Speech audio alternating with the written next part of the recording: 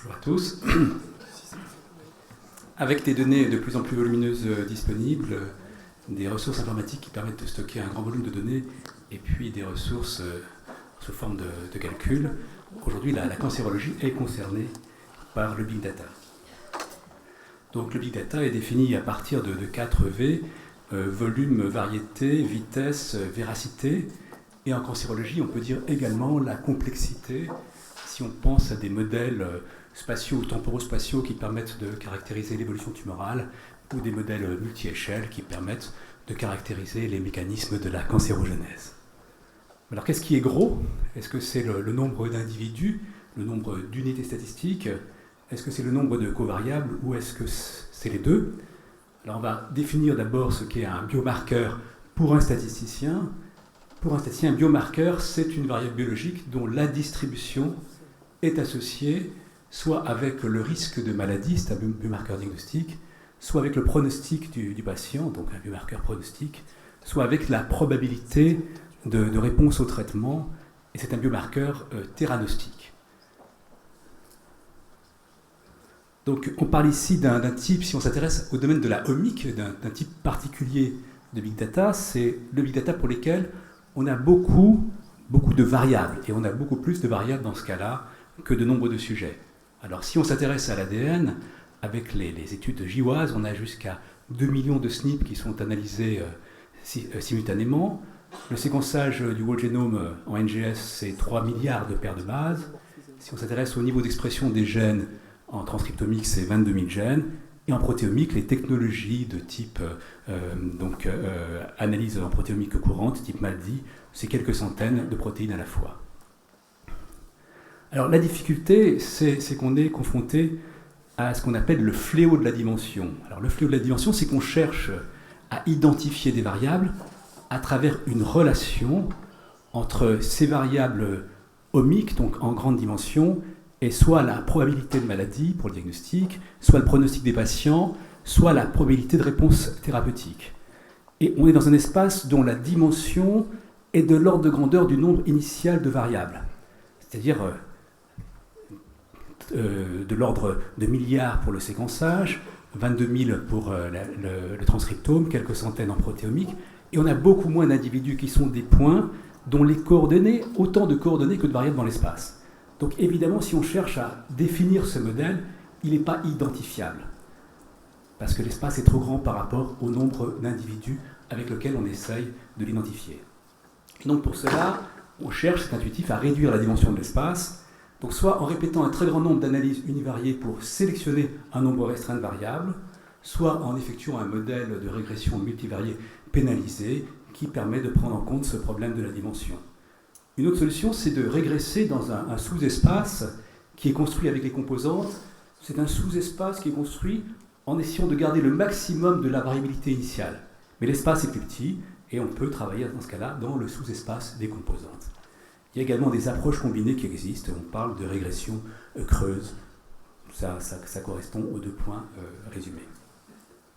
Alors si on fait un très grand nombre de tests, là, pour par exemple réduire la dimension de l'espace, si on a IM, M variable biologique, parmi celles-ci on a M1 biomarqueur d'intérêt, c'est vraiment ceci qui nous intéresse, et puis on a M0 variables biologiques qui ne sont pas du tout associées avec la maladie. Alors si on fait un grand nombre de tests, parmi ces M1 variables d'intérêt, biomarqueurs, on a des positifs, on a S positifs, ce sont des vrais positifs, et on a T résultats donc non significatifs, ce sont des faux négatifs. Et parmi les M0 variables qui n'ont pas d'intérêt, eh bien, on a U tests qui sont non significatifs, ce sont des vrais négatifs, et on a V tests qui sont significatifs, ce sont des faux positifs. Donc au final, on a R résultats de tests statistiques significatifs qui comprennent des vrais positifs et des faux positifs. Alors, parmi ces tests, on peut définir le taux de faux positifs. C'est le nombre de faux positifs qui est rapporté au nombre de variables qui n'ont pas d'intérêt, ou le taux de fausses découvertes, le FDR, qui est la proportion de tests significatifs qui sont des faux positifs. Ça a été proposé par Benjamin Yoshberg pour contrôler le risque de première espèce. Ça correspond dans les statistiques classiques au contrôle du risque alpha. Donc il y a une extension de cette approche qui a été faite pour la puissance. Et la puissance, quand on fait un très très grand nombre de tests, c'est une proposition qui a été faite par Lee, c'est la proportion de biomarqueurs, donc de variables d'intérêt, qui a été détectée à l'issue des analyses. Mais si on réfléchit au rôle que doivent jouer les statisticiens ils ne sont pas là pour fournir des petits P, pour parler uniquement de significativité. Ça veut dire quoi? Ça veut dire qu'avec une règle de raisonnement, quand un résultat est significatif, on considère que le résultat n'est pas dû au hasard. C'est simplement une règle de décision. Mais le rôle du statisticien, c'est d'estimer une ampleur d'effet. L'ampleur d'effet de variables qui sont soit liées au diagnostic, soit au pronostic, soit à la réponse thérapeutique. Donc pour estimer cette ampleur d'effet, il y a un problème quand on cherche à identifier des variables, c'est qu'on a tendance à surestimer les ampleurs d'effet. Ça veut dire que les ampleurs d'effet qu'on va estimer après sélection seront en valeur absolue trop importantes. Et ça, on le retrouve quand on fait des études de validation ultérieures, puisque les effets qu'on retrouve dans des études ultérieures sont en moyenne moins importants, et c'est un mécanisme de régression vers la moyenne. Alors comment est-ce qu'on peut essayer de comprendre cet optimisme simplement sur des simulations assez simples? Là, sur ce tableau, qu'est-ce qu'on a? On a nos marqueurs d'intérêt, donc M1 marqueur d'intérêt, et on a parmi ceux-ci ceux qui ont été identifiés par l'étude. Donc S marqueur identifié. Parce qu'on voit, c'est que sur des petites études, si on regarde comment se distribuent nos estimations d'ampleur d'effet pour le marqueur d'intérêt, elles sont autour de la vraie valeur. La vraie valeur, c'est très vertical. Et elles sont assez dispersées. Et quand on augmente la taille de l'étude, vous voyez que la dispersion diminue. Bon, ça, c'est assez classique. Hein. Les études de taille plus importante sont associées avec une meilleure précision. Mais si on regarde des variables qui ont été identifiées, qui ont été sélectionnées par la méthode, eh bien pour les petites études, vous voyez qu'elles sont sélectionnées à des valeurs trop hautes. Ça veut dire que les études d'identification de petite taille ont tendance à surestimer l'effet des variables. En revanche, en augmentant la taille des études, vous voyez que la distribution de celle-ci se rapproche de la vraie distribution, et que si on fait des études d'identification de taille importante, dans ce cas-là, eh bien, les distributions se superposent. Donc ça veut dire qu'on a plutôt intérêt à faire des études d'identification de taille importante si on ne veut pas surestimer l'effet des variables qu'on identifie. Alors je présente maintenant un travail qui avait été fait par une stagiaire en master dans notre équipe. C'est est-ce qu'on peut utiliser des fonctions spéciales qui corrigent ce biais? Alors ce biais, on l'appelle le biais d'optimisme, c'est-à-dire qui rétrécissent les ampleurs d'effet estimées par nos méthodes. Donc ce sont des données qui ont été simulées. On avait 4 variables cliniques, 1000 variables omiques, parmi lesquelles seulement 20 biomarqueurs, et 980 variables qui n'avaient aucune relation avec la maladie. Donc la simulation, c'est un modèle logistique, avec ici le statut qui est tiré au sort avec un modèle de Bernoulli et différentes tailles d'études. Alors les méthodes qui ont été utilisées sont des méthodes qui ont tendance à corriger cet optimisme, c'est-à-dire à rétrécir les estimations des paramètres. Alors dans les méthodes qui rétrécissent les paramètres, la première, c'est le lasso, et on a utilisé d'abord le lasso pour sélectionner les variables et pour estimer également les paramètres, et seuls les paramètres liés aux variables omiques étaient pénalisés.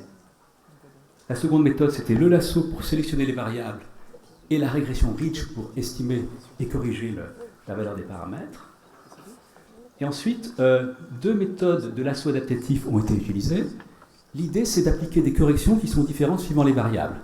Et pour ça, c'est d'appliquer un poids, et ce poids est une correction d'une estimation initiale qui est faite soit par régression lasso, soit par régression Ridge. Alors quels sont les résultats? Les résultats en termes de puissance, c'est qu'en augmentant la taille des études, eh bien, il y a de plus en plus de biomarqueurs d'intérêt qui sont découverts. Donc ça, c'est rassurant, ça va dans le bon sens. Mais ce qu'il y a également, c'est que le taux de faux positifs augmente avec la taille des études. C'est-à-dire qu'augmente à la fois le nombre de vrais positifs détectés et le nombre de faux positifs détectés. Et puis finalement, en termes de FDR, c'est-à-dire parmi les variables qui sont identifiées, eh bien, il y a beaucoup de faux positifs. Puisque là, on arrive avec des valeurs particulièrement élevées de FDR. Et si on s'intéresse maintenant, puisqu'on On a vu que la question de l'identification et du petit p, c'est une question qui est juste là pour nous dire que les résultats observés ne sont pas dus au hasard. Si on s'intéresse aux estimations, alors pour les 4 méthodes comparées, donc on avait ici chaque fois l'estimation du biais pour les variables cliniques et puis pour les variables omiques, soit avec une méthode qui est sélectionnée par lasso et estimée par lasso, et là on voit que le lasso corrige trop l'optimisme. Ça veut dire que d'un seul coup on a une sous-estimation des ampleurs d'effet. Et cette surcorrection de l'optimisme existe y compris pour des études d'identification de taille importante. En revanche, si on sélectionne par lasso et qu'on estime par la régression Ridge, on voit qu'on a une légère surestimation initiale des effets qui très très vite est corrigée pour des études de taille intermédiaire. Maintenant, si on s'intéresse aux méthodes de lasso avec pénalisation, soit pénalisation lasso, soit pénalisation Ridge, et on voit qu'avec une pénalisation lasso, on a une légère surestimation des effets pour des petites études qui est assez rapidement corrigée. On n'a plus de biais ici. Alors que pour le lasso avec pondération par la Ridge, eh bien, on a très très peu de biais à ce niveau-là. Donc, le biais d'optimisme, c'est quoi? C'est le résultat de la sélection. C'est-à-dire que quand, à l'issue d'une étude, on sélectionne des variables d'intérêt et qu'on estime leurs ampleurs d'effet, si on ne corrige pas, on aura tendance à surestimer leur effet. Les méthodes de pénétration sont utiles pour à la fois sélectionner des variables, mais également corriger les estimations. Et il y a d'autres méthodes qui font l'objet actuellement d'études qui sont appliquées aux données de grande dimension. L'autre type de big data, c'est quand on a beaucoup de sujets. Donc quand on a beaucoup de sujets, ça veut dire que c'est l'analyse de très grandes bases de données, voire l'analyse combinée d'un grand nombre de bases de données. Avec des questions qui sont des questions de disponibilité des données, de disposition de capacité de calcul et d'algorithmes performants. Et puis il y a des questions qui n'ont rien de spécifique au big data. Si les données sont de mauvaise qualité, on n'a aucun résultat pertinent. Ce n'est pas parce qu'on analyse une très grande base de données qu'on va en tirer de l'information. Si le dessin de l'étude n'est pas approprié, les estimations qu'on aura seront biaisées. C'est-à-dire que tout ce qu'on a appris dans le choix d'un schéma d'étude optimale s'applique au big data. Et enfin, la dernière question, c'est celle de l'inférence statistique. Ça veut dire que toute étude a un seul objectif, c'est d'estimer une ampleur d'effet. Alors c'est sûr qu'avec des très très grandes études, on a une estimation plus précise de l'ampleur d'effet. Mais on a une estimation plus précise de l'ampleur d'effet moyenne. Et ça c'est logique puisque l'ampleur d'effet moyenne, par définition, c'est une moyenne. On a aussi des tests statistiques qui seront significatifs s'il y a quelque chose à trouver et qui sont très largement significatifs. On a des études plus puissantes et on aura des petits pics qui seront plus bas. C'est peut-être que là, il faut réfléchir à une autre façon d'analyser ces études. La question, ce n'est pas uniquement le rejet d'une hypothèse nulle d'absence d'effet. On peut peut-être davantage travailler sur les bornes de l'intervalle de confiance quand on fait des études de taille très importantes. Mais quand on parle de médecine de précision, il s'agit en fait non pas de mieux estimer un paramètre moyen, mais d'identifier des sous-groupes. Et ces sous-groupes, c'est quoi? Ce sont des sous-groupes d'individus qui ont des niveaux comparables de probabilité de maladie pour le diagnostic, ou qui ont un pronostic comparable pour l'étude pronostique, ou dont les probabilités de réponse au traitement sont comparables. Et pour identifier ces sous-groupes, il faut un modèle. Et le modèle passe par l'identification de biomarqueurs et l'estimation de leurs ampleurs d'effet. L'objectif, c'est quoi? C'est de considérer que nos modèles diagnostiques, pronostiques ou théranostiques actuels expliquent insuffisamment la variabilité des données. Et l'objectif, c'est d'augmenter la part de la variabilité expliquée par le modèle. Mais on a une difficulté, c'est que l'objectif du recueil des données n'est pas celui, en général, de l'objectif de l'étude. Donc il faut réfléchir là, est-ce que les données ont été recueillies selon une voie qui est compatible avec l'objectif de l'étude? Et puis, évidemment, il faut discuter ces biais. Alors, pour conclure, je pense qu'il faut qu'on réfléchisse ensemble sur la part de la variabilité que l'on pense pouvoir expliquer. Ce n'est pas parce qu'on va analyser de très très grandes bases de données, voire un très grand nombre de variables, qu'on va pouvoir expliquer toute la variabilité de nos données. Donc une des questions, c'est quelle est la part de variabilité qui est théoriquement théoriquement explicable. Et quelle est la part de variabilité résiduelle qui est incompressible? Est-ce que ça vaut la peine parfois de mettre en jeu des moyens colossaux si la part de la variance qu'on va expliquer est relativement modeste? Donc je pense qu'il ne faut pas tomber dans un leurre qui serait de penser qu'on va tout expliquer, puisque par définition, les maladies dont on parle, eh bien, elles ont quand même une composante aléatoire qui est très forte, que ce soit en termes d'incidence ou que ce soit en termes de réponse thérapeutique. La méthodologie, c'est celle qu'on connaît, qui est étendue à l'analyse des données de grande dimension. Il n'y a pas grand-chose de nouveau quand même dans la possibilité d'analyser des données. Ça veut dire que tous les travaux qui ont été faits sur l'inférence statistique et sur différentes méthodes exploratoires de données depuis des dizaines d'années s'appliquent actuellement au big data. Et puis pour les médecins, ça veut dire que dans le cadre de leur cursus médical, à partir du moment où ils vont être confrontés à l'utilisation de résultats issus d'analyse de données de grande dimension, il va falloir qu'on les forme. Alors on les forme déjà en premier cycle actuellement en médecine, et il y a des réflexions en cours pour former les internes. Merci de votre attention.